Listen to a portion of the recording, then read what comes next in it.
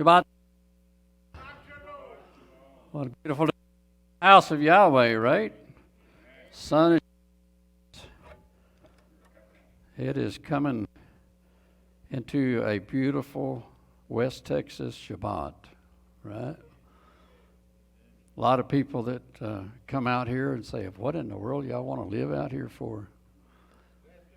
But you know, the desert is a beautiful place. A desert is where that God sends all of his people at one time or another. It's where he found himself, was in the desert for 40 days. So, because it represents a place of peace and a opportunity to commune with our Father, take that time for yourself. Look at the great parts of this place that we live in instead of the so negative. You know, I lived in Pine Bluff, Arkansas for a little less than a year, and it's a beautiful place. It's got huge trees, and that's the problem. The only time that you can see the sun is when it's straight overhead. And so being raised out here, I was definitely missing the sun.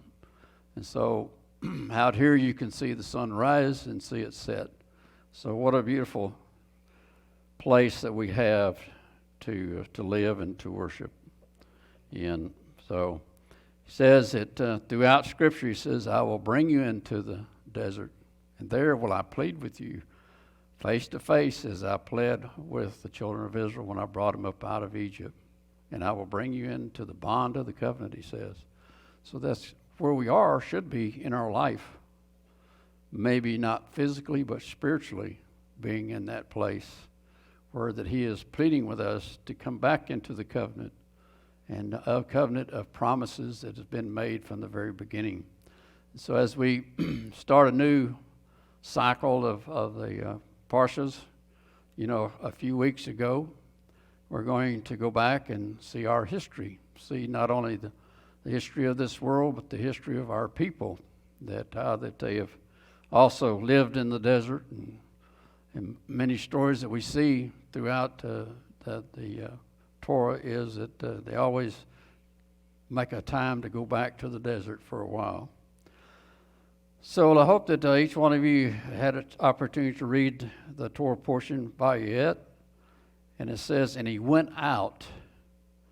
So this is Genesis 28:10 through Genesis 32:3. Thank you, brother, for the sounding of the shofar, the sound that he sounds every time that he wants to bring us together as a mishpachah, a big family, that we come together and that we share the word with each other. So what you might ask us is, well, when he went out, so what's the big thing about going out? I mean, we think, well, you know, we go out every day to work, we go out every day to this, that, the other shop. What's the big deal here that you got to make a whole Torah portion about him going out? Where did he go out to? I guess that's the question. Where did he go out to? He was going out to the land where his forefathers come from. Okay? What's interesting about this is that a few Torah portions back, we saw where Abraham sent his servant to this same place that Jacob is going to get a wife for his son Isaac. And what was the thing that he told his servant? He says, don't let my son go there to pick up his wife. You do it. I don't want him to go to that land that he might want to stay. So, very interesting that he went to all of this trouble, instructions, in making him swear that he would not let his son go. Yet here we go. Here's the grandson. He's going to go on his own, by himself, without any, maybe even an angel going with him, maybe.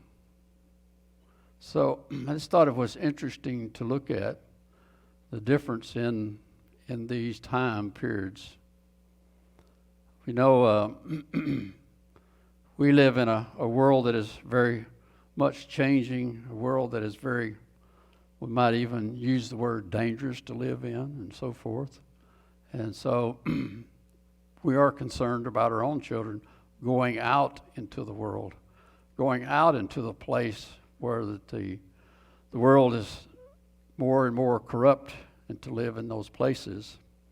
So I think that maybe there's some things in here that we can pick up on and see for our own selves in what we should need and can do. So I just thought that was interesting as we go into this Torah portion. Maybe we'll see some things that are interesting here. We're going to read in Genesis 28:10. That's where the Torah portion begins. It says, and Jacob went out from Beersheba and went toward Haran. Of course, Haran is where that all of his family it come from. Okay, and he lighted upon a certain place, and he tarried there all night, because the sun was set. And he took of the stones of that place and put them for his pillows, and lay down in that place to sleep.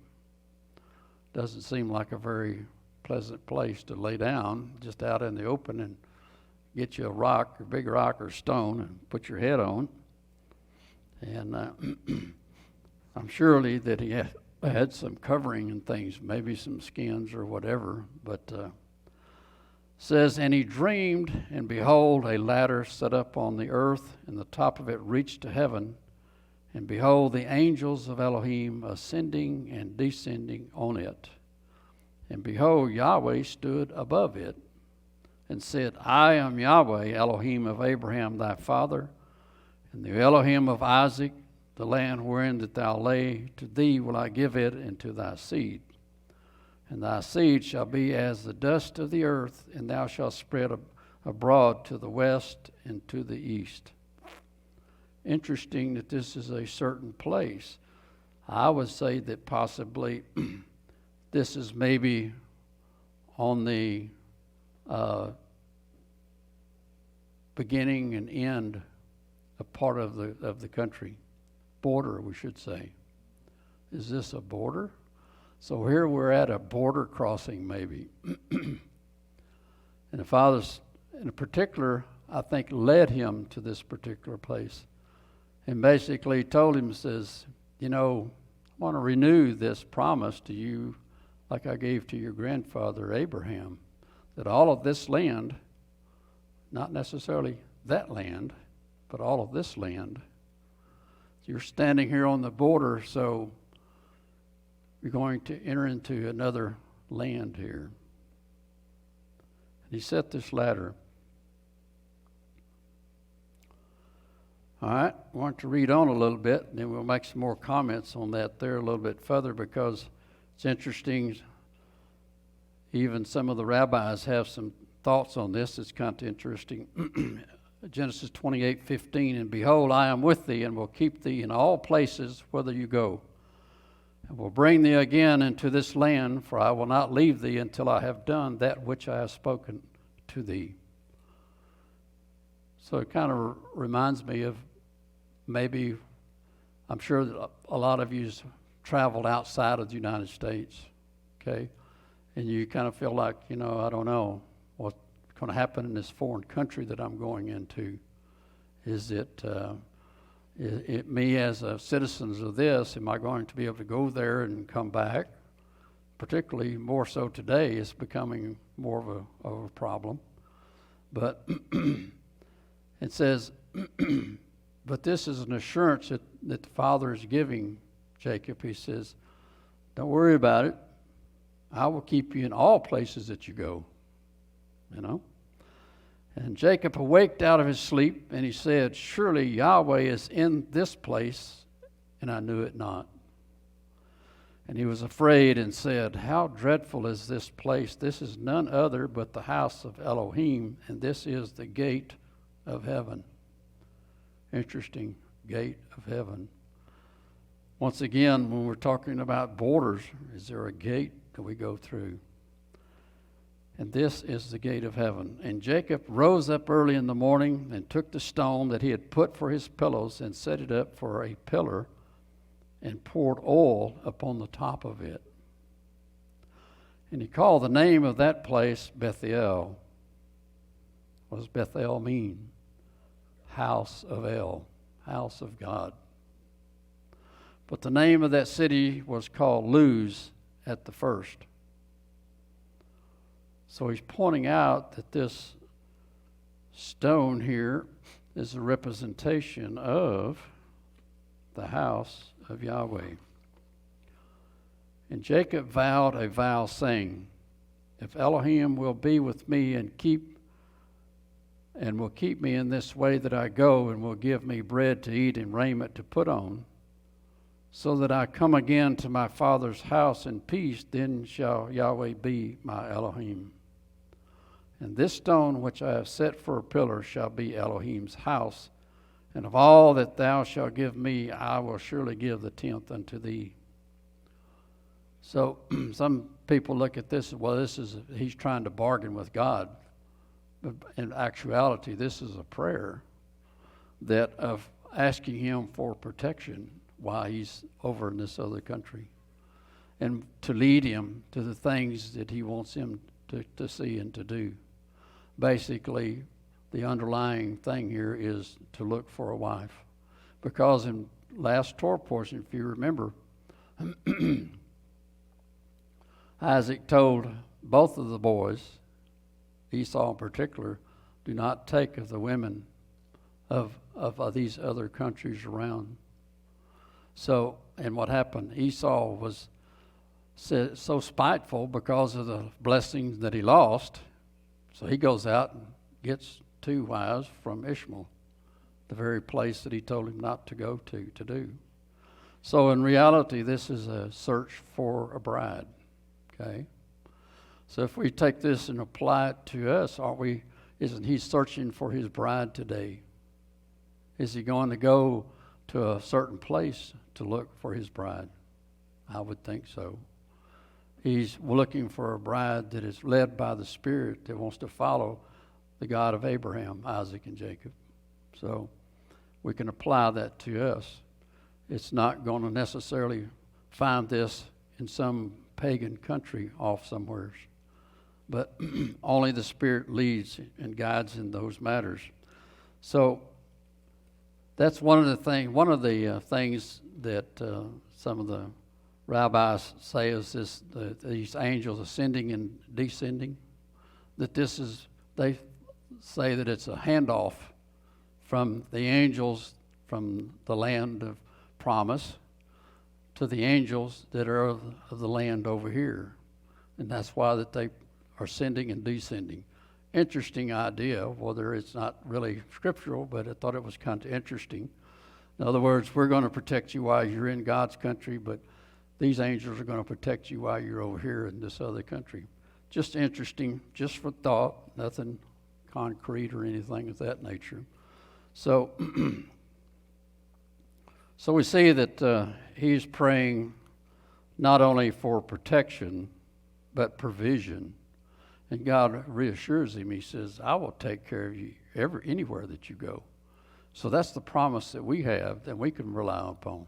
Regardless of where we find ourselves, God is there to protect and to provide as long as we are asking for his protection and walking in his pathways. So, so it's not a demand, or it's not a bargain. I'll do this if you do that. That's not it at all. So we're going to look into the word here, stone. And I'm sure that you've probably read many scriptures about the stone and also this Beit El, the house of Yahweh. We're going to look at 1 Corinthians 10:7. It says, neither be you idolaters, as were some of them, as it is written, the people sat down to eat and drink and rose up to play. That was a story that was coming up in some future Torah portions about when they're at Mount Sinai, right? It says, don't be like those idolaters. They rose up to play while Moses was up in the mountain receiving the commandments. Says, neither let us commit fornication, as some of them committed and fell in one day, 320,000. Neither let us tempt the Messiah, as some of them also tempted and were destroyed of serpents. Neither murmur you, as some of them also murmured and were destroyed of the destroyer. Now all of these things happened unto them for examples, and they are written for our admonition, upon whom the ends of the world are come. Wherefore let him that thinketh that he standeth take heed lest he fall. So I think that this speaks of Jacob's travels here. It says, don't go over there, and even though they're family, can you imagine what pressure? Because all of us have parts of family that are not in this walk. And some of them think that we're crazy and on and on and on. So sometimes we limit our time together with them.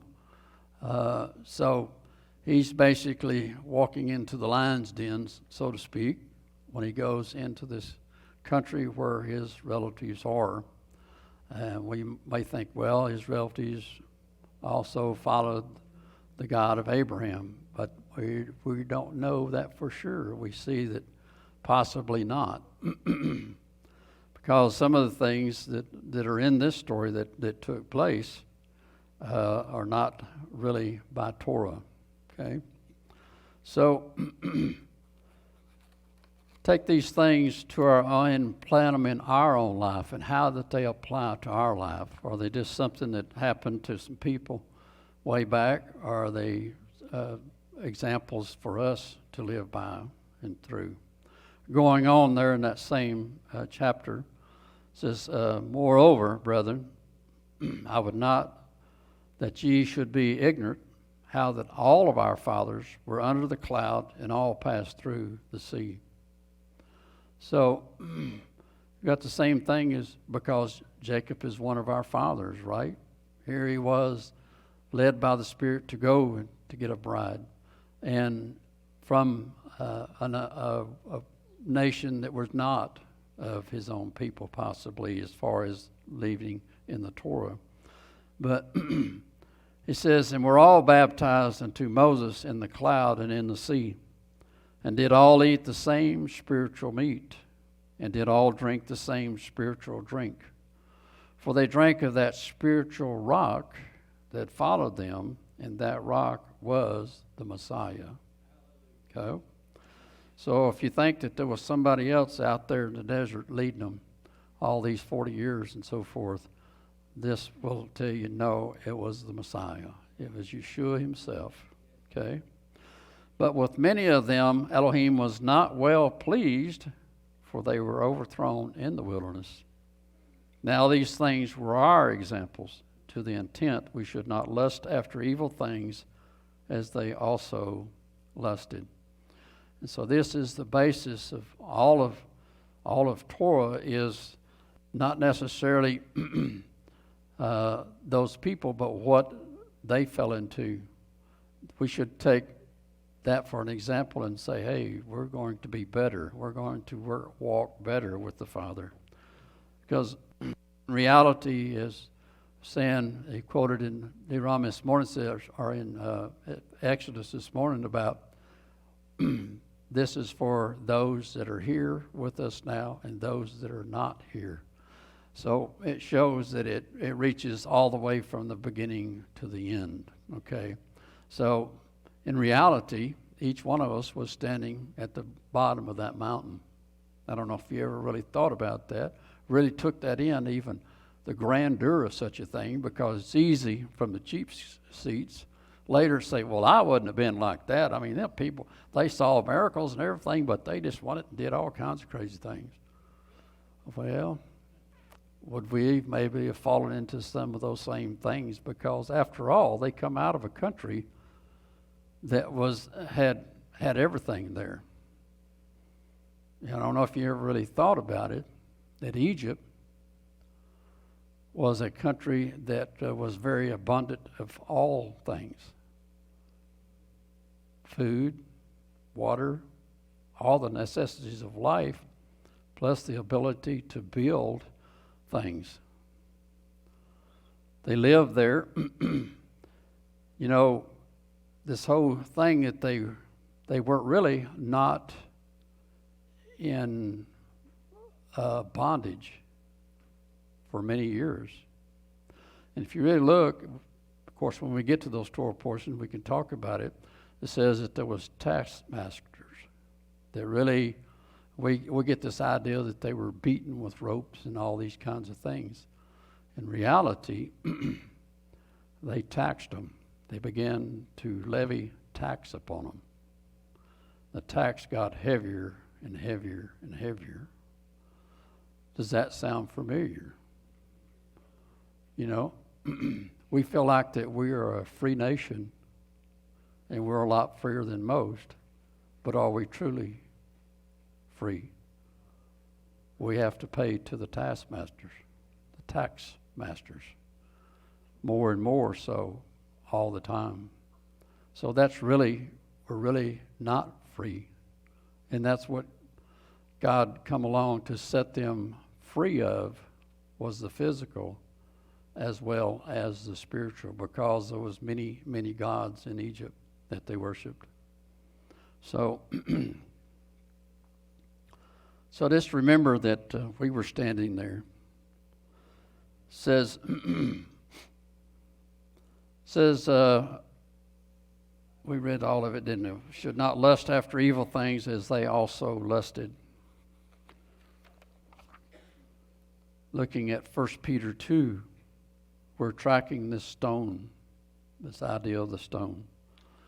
And also, 1 Peter 2:1 says, wherefore, laying aside all malice and all guile and hypocrisies and envies and all evil speaking, as newborn babes desire the sincere milk of the word, that you may grow hereby. And that's where we are. Shouldn't we? Are we new babes desiring the sincere milk of the word, that we may grow, or that we may take that word and beat somebody with it? No. Are we newborn babes? A lot of us are. Even though those people like myself have been in it a while, we still desire the sincere milk of the word. And he says at one time you're going to not drink the milk of the word any longer. You're going to have the meat of the word. Okay?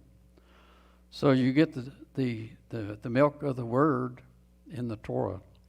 And then he shows throughout the rest of the prophets and into the New Testament, here's the meat. Here's the really what that you've learned here, apply it to your life and apply it to what's going on. If so be you have tasted that Yahweh is good. I think everybody in this congregation could say, I have personally tasted of Yahweh, and he is good. There's nothing bad about him at all. He is Tov. As Mike was saying this morning, Shabbos Tov, good Sabbath. Sabbath is good, very good. Okay? That same word that's used in the descripting of the creation. And he says it's very good at the end of the creation. So, to whom coming as unto a living stone, okay, disallowed indeed of men, but chosen of Yahweh and precious. Well, you know, if Yeshua had not risen, this right here would not have fit, would it? It says, come unto a living stone. Disallowed indeed of men, but chosen of Yahweh and precious. You also, as living stones, are built up a spiritual house, a Bethel. A Bethel. So that's what we're trying to build, is a Bethel, right?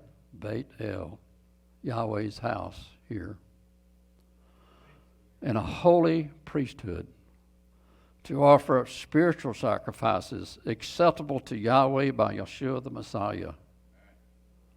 That's what he's looking for. In reality, this is what he looked for from the very beginning.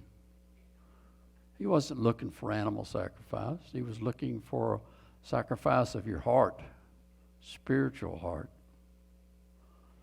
He says, I did not want, said I would rather have what? Contrite heart than any kind of offering. It says a holy priesthood to offer up spiritual sacrifices acceptable to Yahweh by Yeshua the Messiah. Interesting how he puts that in there, and how that sometimes you read over these things and okay. It says acceptable to Yahweh by Yeshua. Why is it like this? Because Yeshua is the priest that offers up those things to the Father. Wherefore also it is contained in the Scripture, behold, I lay in Zion a chief cornerstone, elect, precious, and he that believeth on him shall not be confounded. So there's no confusion in Yahweh or his Son. It says he didn't bring confusion in, did he? When we see confusion, we see that man has caused confusion by tinkering with his word. So just turn on the internet, see lots of confusion. Lots of it. And some people know that they're confused, but they don't know how to get out of confusion. Only the Word will lead you out of that. And His Spirit, His Holy Spirit. Going on in 1 Peter, it says, unto you therefore which believe, He is precious, but unto them which be disobedient, the stone which the builders disallowed, the same is made the head of the corner. Interesting gather of words here. It says, unto them which believe, He is precious. Unto them which be disobedient. You would think that the opposite of belief would be unbelief, but in a sense, that's what it is, to cause you to be disobedient. But then again, there has to be the rule here to be disobedient of. If you never knew the rule, how could you be disobedient? You would have to know what is right and what is wrong. And that's why that the law was established from the foundation or before the foundation of the world. We have no excuse. We can't say, oh, we didn't know. Well, it's here in the Bible, in the book. It's there. It says, and a stone of stumbling and a rock of offense, even to them which stumble at the word, being disobedient, whereunto also they are appointed.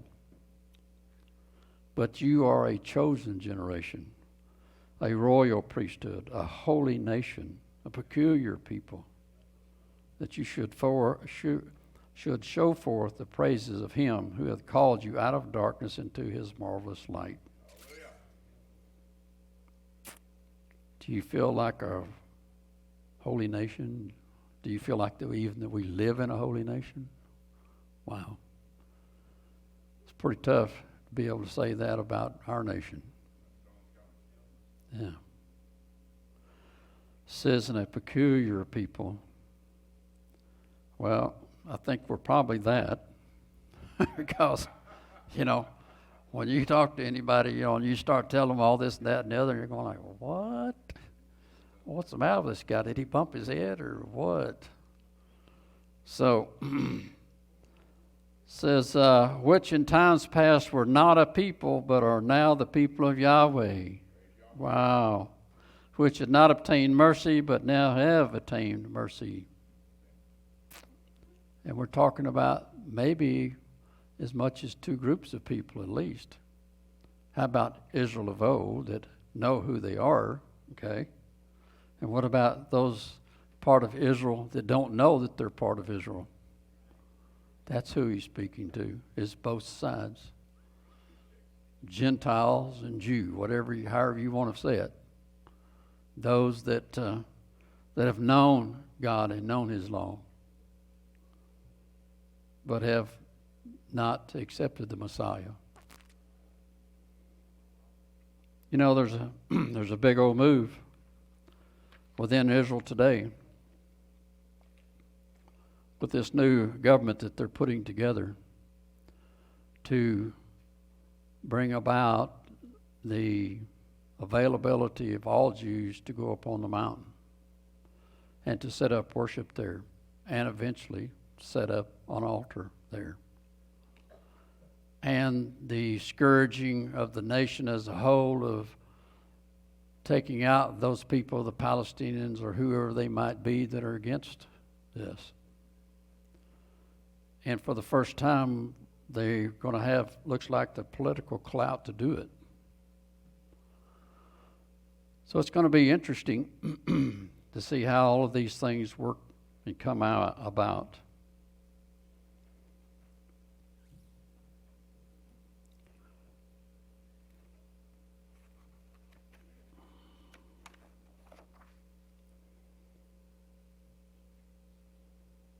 We're going to read some more about this stone, and we're going to come back to that idea there of Israel, the physical nation of Israel.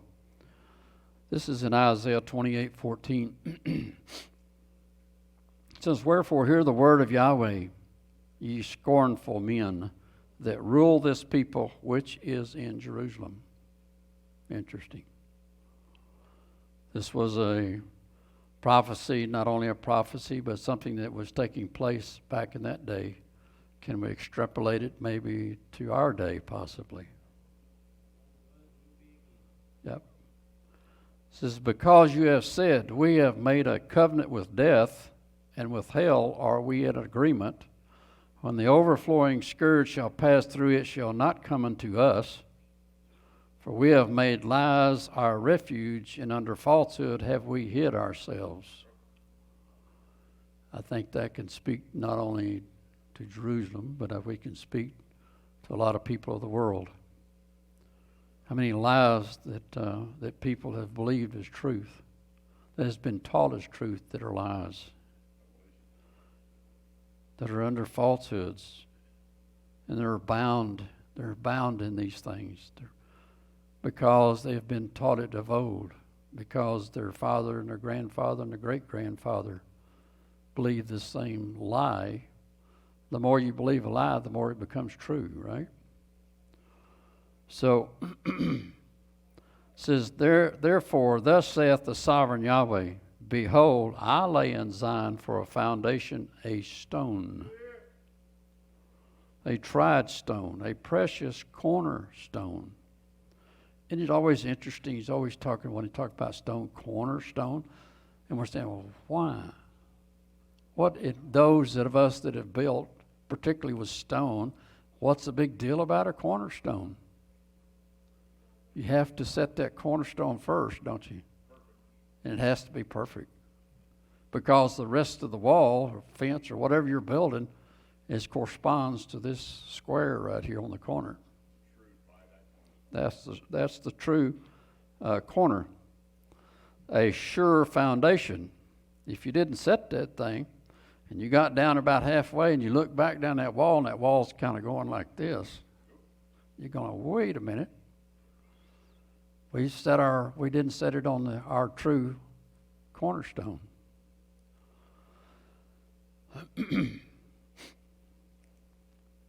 Says, a tried stone, a precious cornerstone, a sure foundation. He that believeth shall not make haste. Judgment also will I lay to the line, and righteousness to the plummet. Well, you know what a line and a plummet, that's how that you get that corner. That makes sure that it is true.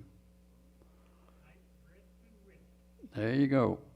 And the hail shall sweep away the refuge of lies, and the water shall overflow the hiding place, and your covenant with death shall be disannulled.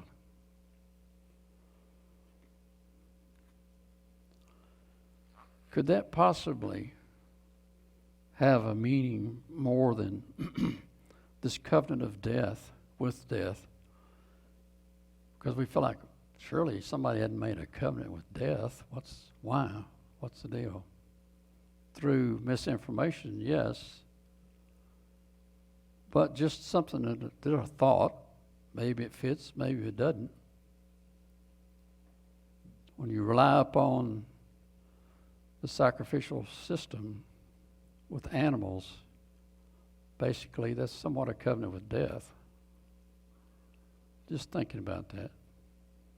Whether that fits or not, something that you might want to grind upon. Because he says that in Hebrews, that's why he said that the Messiah came and so forth. This is a living covenant, a living sacrifice. It says because that sacrifice didn't clear your conscience, because you were relying upon that instead of relying upon turning your way back to the truth. Because just think about it. The sacrificial system was there for forgiveness of sin, but it became a catch-all, and it became, well, I can go and make a sacrifice and it'll be okay. In reality, what he was trying to get you to do was to come back to walk the path, the straight and narrow path, where you wouldn't necessarily have to have every day or whatever a sacrifice to be made. Just a thought. Because it was all about wanting you to live righteously, to live within the law, right? That's to live righteously. So, just a thought. Run it around your mind and see what you think. Ephesians 2:11 says, "Wherefore remember that you being in times past Gentiles in the flesh, who are called uncircumcision by that which is called circumcision in the flesh made by hands." Interesting. Circumcision in the flesh. Because he makes a distinction right here. I don't know if you catch it or not. Because he's about circumcision in the flesh of our hearts. Okay? By the Holy Spirit and not by our hands. Interesting. He says, which are called circumcision in the flesh made by hands, that at that time you were without the Messiah, being aliens from the commonwealth of Israel and strangers from the covenants of promise, having no hope and without Yahweh in the world. It'd be a sad place to be in. I just wonder, would that fit today on some of mankind? Is there some that are aliens of the commonwealth of Israel, strangers from the covenants? Particularly those that want to do away. Says that's an old covenant. It's done away with, and we got something a lot newer and better. But now in the Messiah Yeshua, ye who sometimes were far off are made nigh by the blood of the Messiah. For he is our peace, who hath made both one, and hath broken down the middle wall of partition between us, having abolished in his flesh the enmity, even the law of commandments contained in ordinances, that he might reconcile both unto Elohim in one body by the torture stake, having slain the enmity thereby. Yeah, we could chase that all the way back to the beginning, Garden of Eden, that enmity. And came and preached peace to you which were afar off, and to them that were nigh. For through him we both have access by one Spirit unto the Father. Now, therefore, you are no more strangers and foreigners, but fellow citizens with the saints and of the household of Elohim. You have officially arrived. You have officially joined and been engrafted into Israel, and are built upon the foundation of the apostles and prophets, Yeshua the Messiah himself being the chief cornerstone. So once again, we must look at what would the Messiah do? What would Jesus do? If he's going to be our cornerstone in this foundation that he built, and this foundation really is not something new. It was built way back then.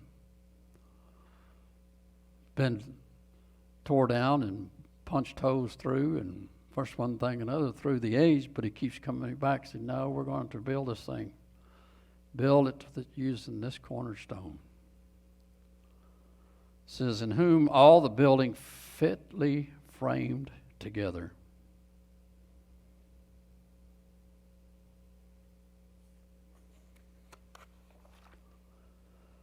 Looking at Acts 4, and be it known unto you all and to all the people of Israel, that by the name of Yeshua the Messiah of Nazareth, whom you impelled, whom Elohim raised from the dead, even by him doeth this man stand here before you whole. This whole story is about the healing of the man. It says, this is the stone which was set at naught of you builders, which has become the head of the corner. That really made him mad. You imagine standing up and speaking those type of words, not only to the crowd, but to the leaders, the priest, and so on and so forth. Yeshua said unto them, did you never read in the scriptures? This is Matthew 21:42. Read in the scriptures, the stone which the builders rejected, the same has become the head of the corner. This is Yahweh's doing, and it is marvelous in our eyes. Therefore I say unto you, the kingdom of Elohim shall be taken from you and given to a nation bringing forth the fruits thereof. Oh, I bet that would cut kind of deep. But I'm sure that they didn't believe him, so they said, he's really lost it now. He thinks he's going to take the kingdom away from us. How's he going to do that? He doesn't have an army. Doesn't have any tanks or anything. How do you think he's going to take the kingdom away from us because we're God's people? You know, we've built this kingdom from scratch. But he says he will take it from you and give it to a nation bringing forth the fruits thereof. And that was some of the fruits that we were talking about this morning. Love, compassion, joy, all of these. But not only those fruits, but also the fruits of the law. Because if you have the fruits of the law, you're going to have fruits. If you're doing the law, then you're going to produce fruits. Because it tells you to love your neighbor as yourself, to love God among more than any other thing in the world. And if you love me, then you're going to take care of people, and you're going to do this, and you're going to do that. So you automatically will produce those fruits if you're walking in his laws. And it says, whosoever shall fall on this stone,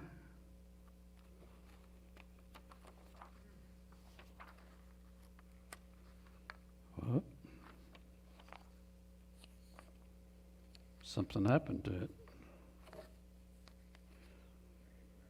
Well, we know what it says. It says, and whoever falls on this stone shall be broken, right?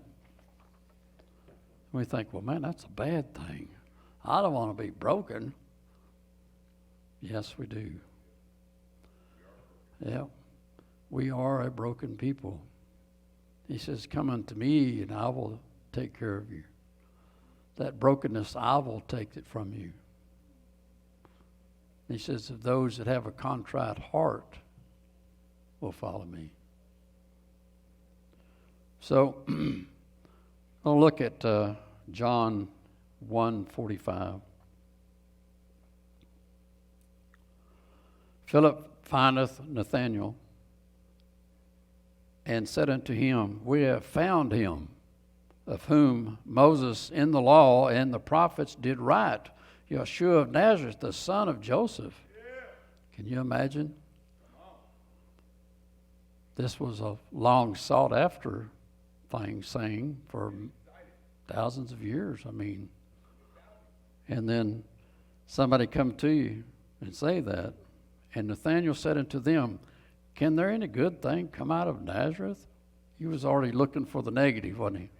Wasn't looking for, oh, great, man, where is he? I want to meet him. He said, no, he come out of Nazareth. That couldn't be right. Philip said unto him, Come and see then. If you don't believe me, come and see, I'll show you.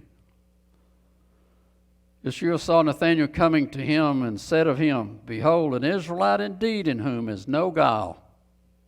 Wow. Can you imagine hearing such words today even? It says, and Nathanael said unto him, Whence knowest thou me? And Yeshua said unto him, Nathanael answered and said unto him, Rabbi, thou art the son of Elohim, thou art the king of Israel. Somehow in printing this, I didn't get all of it for some reason. Said unto him, Rabbi, thou art the son of Elohim. Because he asked him, So who do you think I am? And Yeshua answered and said unto him, Because I said unto thee, I saw thee under the fig tree, that you believe me?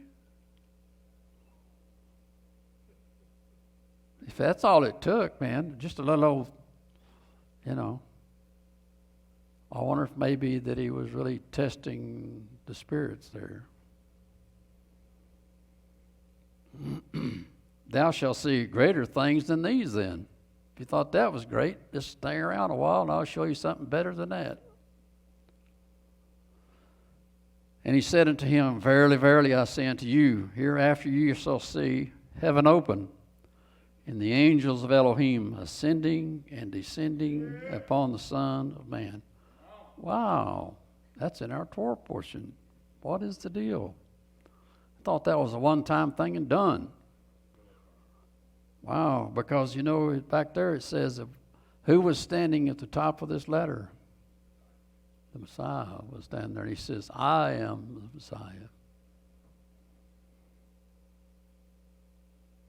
So if this ladder isn't truly the gateway unto the Messiah, then the ladder would have to be the way. Right? We see that in the New Testament. It says these people followed that thing that was called the way. And Yeshua says, what? I am the way, the truth, and the light. So I am that way that they're talking about. So the next one I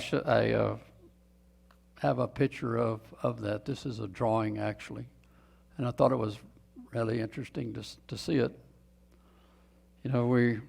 Some of us are visual people, and that we can comprehend something more than when we see it. And of course, this is an artist's rendition of it. That day, his camera was broke, so he just drew it. So, but can you imagine standing there seeing that? Even Jacob going like, whoa, wait a minute. Was that a dream, or was that just thinking about something else, or what?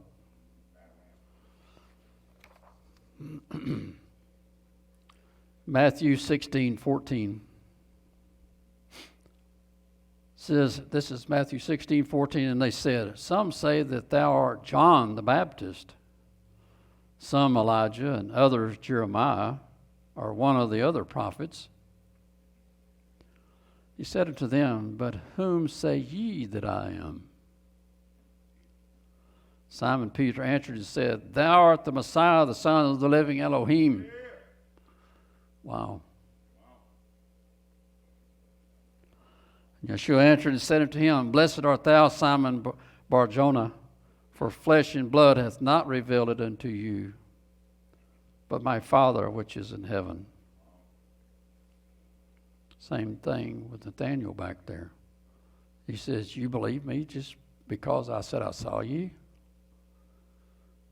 Don't you think the Spirit was working also there and saying, this is my son? Just like John the Baptist, when Messiah come up out of the water, the words that were spoken, this is my son, and I am well pleased. The Holy Spirit ascending on him like a dove.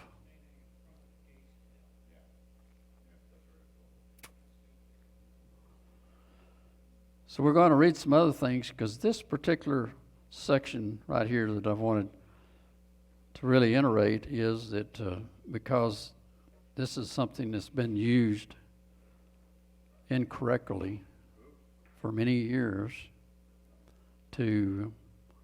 that's just some of those, what they call it, fake news. This is a place where fake news came along. So I want to examine it a little bit, because this is something that kind of always worried me. I never could quite, what is it saying? What is it saying there? So I'm going to read it on. And Yeshua answered and said unto him, Blessed art thou, Simon Bar-Jonah, for flesh and blood hath not revealed it unto you, but my Father which is in heaven. And I say also unto thee that thou art Peter, and upon this rock I will build my assembly, and the gates of the grave shall not prevail against it. Now, what is he talking about here? The whole question was, who do you say that I am? That's the whole context of the question here. So when he says, when Simon said that you are the living Son of the Elohim, that's the context. So upon this idea, upon this revelation that God gave you, I'm going to build my church upon that. Because throughout Scriptures, it's always been about the rock, right? The rock, the rock, the rock, the rock. I am that rock. You never built a church upon a man. If you got a church that's built upon a man, you're a long ways from the rock. You better get out of there and go down to the other church that knows who the rock is. Those peculiar people down there on the corner that go to church on Saturday. Can you imagine? But I want to go ahead and read, because there's other things about this particular thing here. Because it goes on and says, Matthew 16:19 says, And I will give unto thee the keys of the kingdom of heaven, and whatsoever thou shalt bind on earth shall be bound in heaven, and whatsoever thou shalt loose on earth shall be loosed in heaven. You ever really thought about that statement? Has it ever bothered you? Or has you just say, oh, well, yeah, he gave us the authority to bind these things in heaven. You're going like, what?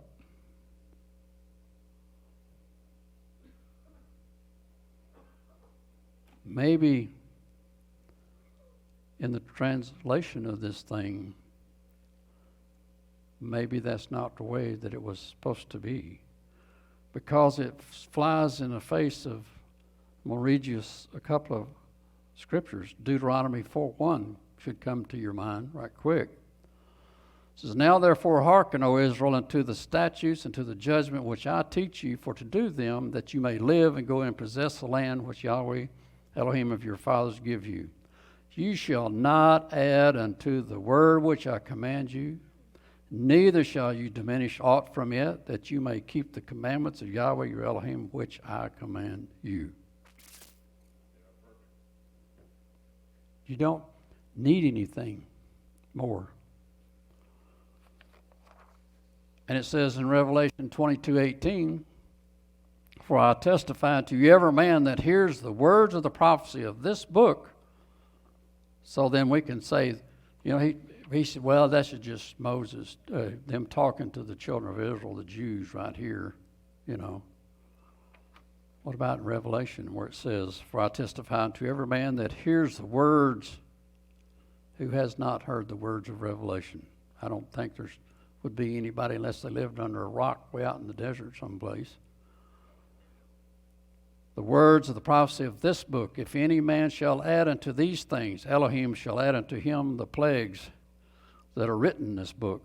And if any man shall take away from the words of the book of this prophecy, Elohim shall take away his part out of the book of life and out of the holy city and from the things which are written in this book. That ought to scare you to death.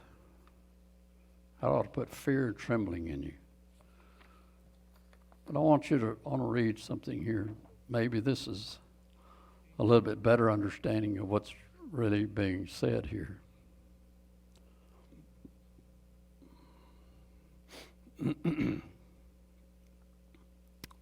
Keys of the kingdom. It says, when a man was appointed as a doctor of the law, the Jews would provide him with a key to the closet that stored the Torah. You ever heard that? Interesting. This key represented the authority to teach and explain Yahweh's word. In like manner, Yeshua here is delegating authority to Peter to teach and to govern the assembly through the inspired scriptures. Similar authority was also delegated to the other apostles. Matthew 10, 7, 28, 20, Galatians 1. Interesting.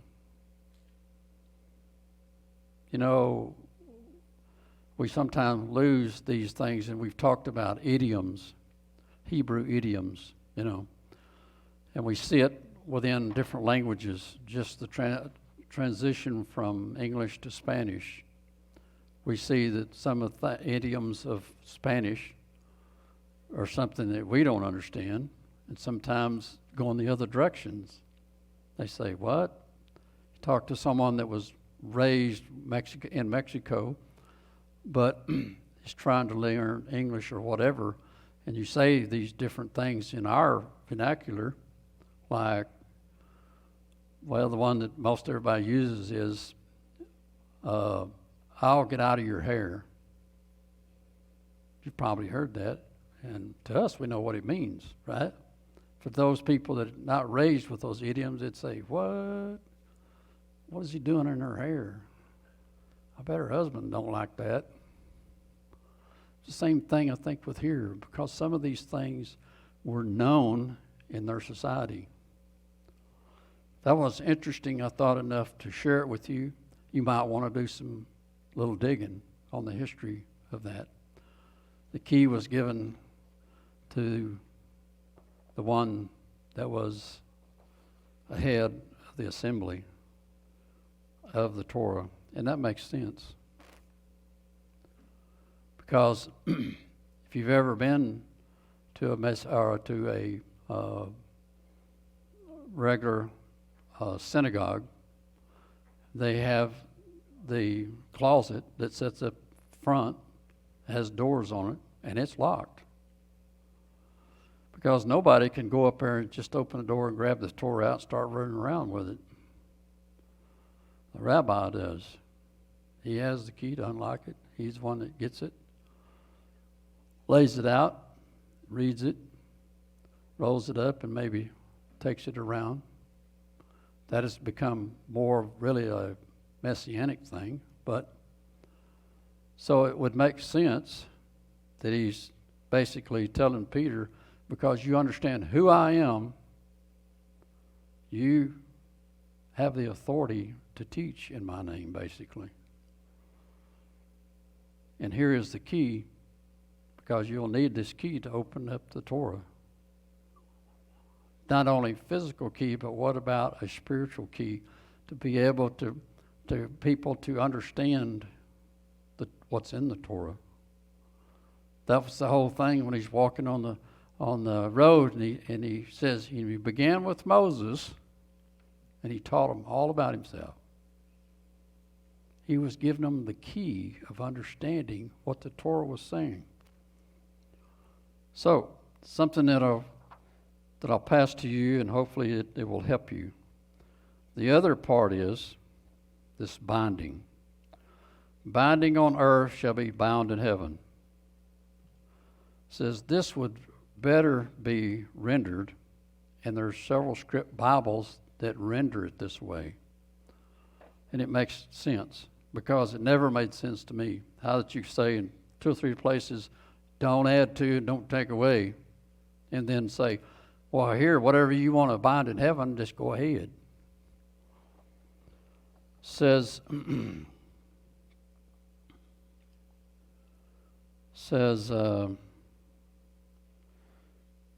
bind on earth shall be bound in heaven. This would be better rendered, whatsoever you shall bind on earth shall be already bound in heaven. Now, doesn't that make more sense? Because the word is already there. That's why he told Hasatan, it is written. You don't have to add your words to it or take it away. It's already written. It's there. It's already bound in heaven.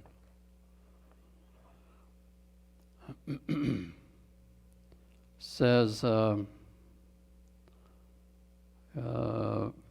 Peter here is not granted authority to add to or to remove from the law. Okay? Simply to convey and discern by that which was previously established. The same thing was said to the other disciples. The passage is rendered in the New American Standard Bible as, and whatever you shall bind on earth shall have been bound in heaven. And whatever you shall loose on earth shall have been loosed in heaven already. In other words, the authority of the word is there. I'm just giving you the authority to the understanding, and the writing is already there. You don't have to add anything to it. You don't take away those things that you don't like, which unfortunately there's some of those things that we find in some of these Bibles that have been taken plumb out, and some of them has been changed a word or so here to take away from the divinity of the Messiah. So I want to share it with you. I hope that maybe that can be of use to you, and maybe you can do some more studying on it, because that's the whole thing that we come together is to study these things and see, to help each other understand some of these things. Searching for truth, that's what we all should be doing, and that's what we try to do here. This is in Ezekiel 11:16. It says, therefore say, thus saith the sovereign Yahweh, although I have cast them far off among the heathen, and although I have scattered them among the countries, yet will I be to them as a little sanctuary in the countries where that they shall come. Yeah. This was a verse that I had, I think, last week or the week before. But I want to come back to it and visit it a little bit, because that's what he's talking about in this dream. The rock was Yeshua.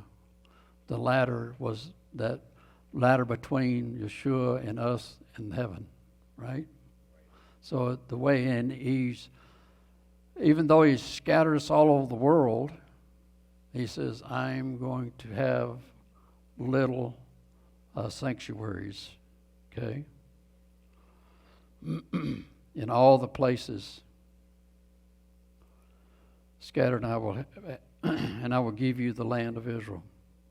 It says, thus saith the sovereign Yahweh, I will even gather you from, let me back up where I want to be. Yet will I be to them as a little sanctuary in the countries where they shall come. We see this actually being fulfilled in Yeshua's visit with the woman at the well, the Samaritan woman. What did he tell her? He says, and because the question was, she says, well, our Father says in this mountain is where we need to worship the Father. And y'all say in that mountain where you need. And so what is it? What did he say? The time will come and is already that you will neither worship in that mountain or this mountain, but worship me in truth and spirit. Because he knew what was fixing to happen. There was going to be this scattering. But I'm going to scatter you out there, but I'm not just going to cut you off. I'm going to set these sanctuaries out there where that you can continue to grow and have the understanding of the Word. Yeah, because the sanctuary is being destroyed in 70 A.D. in Jerusalem. So, so what a wonderful thing. But the problem is that these little sanctuaries out there, some of them has been defiled by mistruths, lies, all these different types of things. And they shall come thither, and they shall take away all the detestable things thereof, and all the abominable thing from thence. It says, because I will even gather you from the people, and assemble you out of the countries where you have been scattered, and I will give you the land of Israel, and they shall come there, and they shall take away all the detestable things thereof, and all the abominations thereof from thence. Several people in here have been to Israel. Did you think it was the holiest of holy of the land, and it had everything that the Bible said? Did you see a lot of abominable things that were there? Most definitely. But it's what he says. In other places he says that he will clean out the land in one day. And he's not talking particularly about Israel, but there's where he's going to start. So when you begin to think of some of the things that they're talking about doing over there, setting up worship again, sacrificial worship. Yeah, if they set that cornerstone up on the mount, you might kind of wonder, who is that cornerstone? Because they don't believe in the Messiah. So, there's some other things that we can talk about, and maybe we'll talk about it in the round table or whatever about this situation here. But there's just a couple more I want to, and then close up with, getting run over time.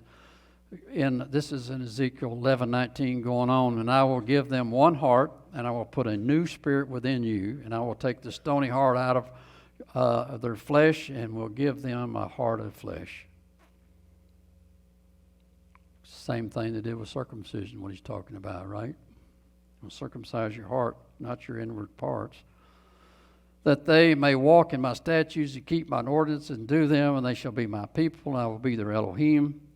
But as for them whose heart walketh after the heart of their detestable things and their abominations, I will recompense their way upon their heads, saith the sovereign Yahweh.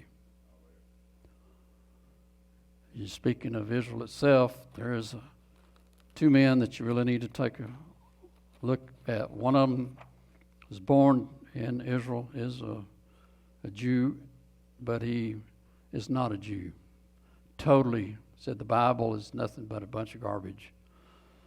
He's a homosexual, and he says, and there what it says about that, he says, man made those laws.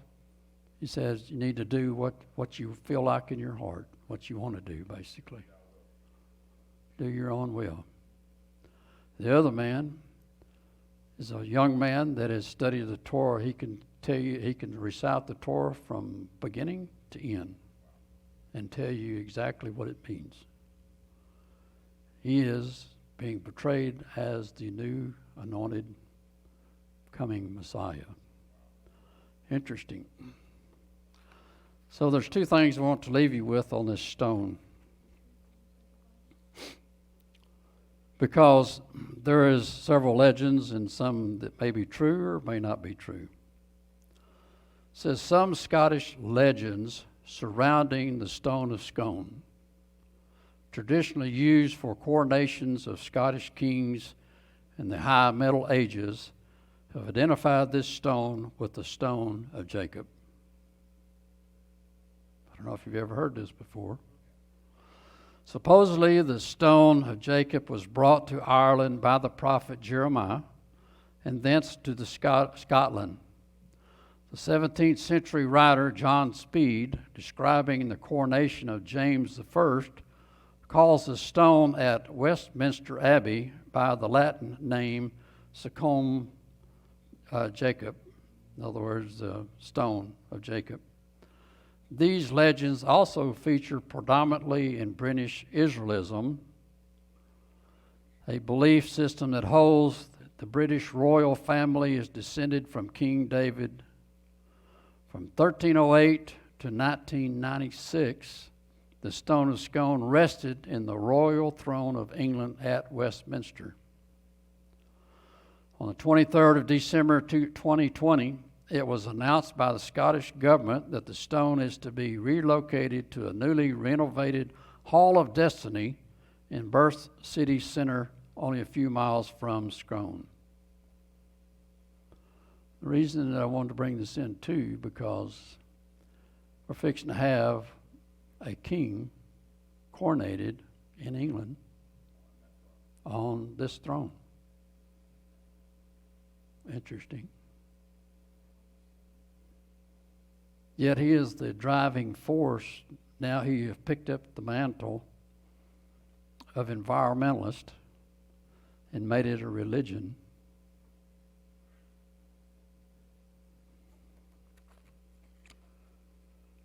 I want to read you a little bit more. David Lester, this was written in June of 2008.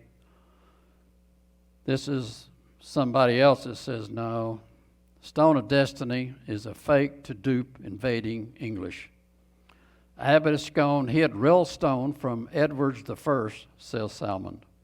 The times the stone said to have been used in the coronation of early Scottish monarchies and in biblical times by Jacob as a pillow is one of the earliest symbols of Scottish nationhood and has been an emblem of strained relations with England ever since it was stolen by Edwards I in 1296.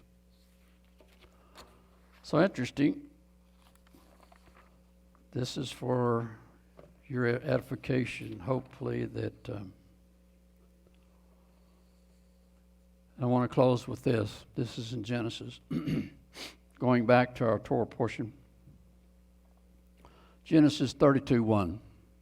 You know, Genesis 32:2 or 1, either one, is the last in this today's Torah portion. And Jacob went on his way, and the angels of Elohim met him. And when Jacob saw them, he said, "This is Elohim's host," and he called the name of that place Maanathim. Interesting. Remember what we talked about? The angel, the place. He was going across the border into this land. So now he's fixed to leave this land, and there appears this angel. Interesting. Angel brought him to that place, if you want to look at it as such, and said, "You go on in, but I'm going to take care of you wherever you go."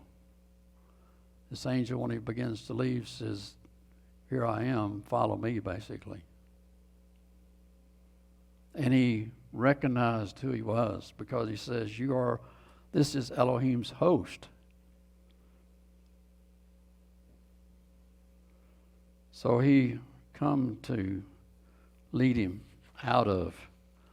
You look at also, I don't know if you noticed, but this whole Torah portion is about the birth of the 12 tribes, the 12 sons, and the 4 different women that produced these. But think about this. There's 12 sons, 4 women, 20 years. Within 20 years. As kicking them out pretty quick. So, just I don't know if you saw it. I'm sure you probably read it before. So you're talking about maybe it went over your head 20 years. He'd been down there 20 years, and he waited. He was there the last 6 years to gain his wealth. The first 14 years they were together, 2 wives, and he told him, says, well, if you'll stay another 7 years, that you can have this other. So, or another, actually it was 6 years, I'm sorry, another 6 years, you can have your wealth.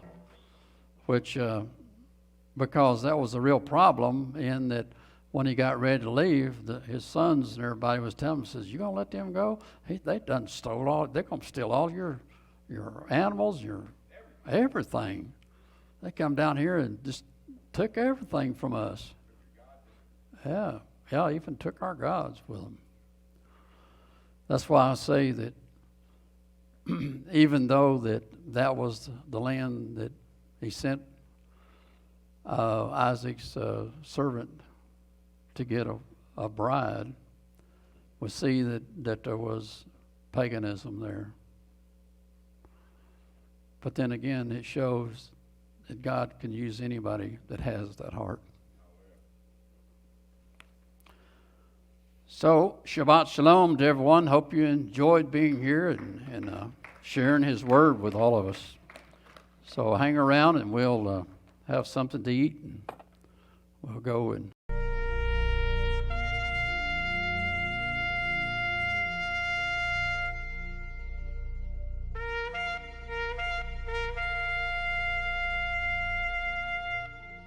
Thank you for watching a teaching from Emet HaTorah. If you are ever in the Odessa area, we would love to welcome you to our Shabbat service, 11 a.m. every Sabbath. For more information or for more teachings, feel free to find us on the web, www.emethatorohodessa.com. Also, you can find us on Facebook. Thank you. God bless you and your family. Shalom.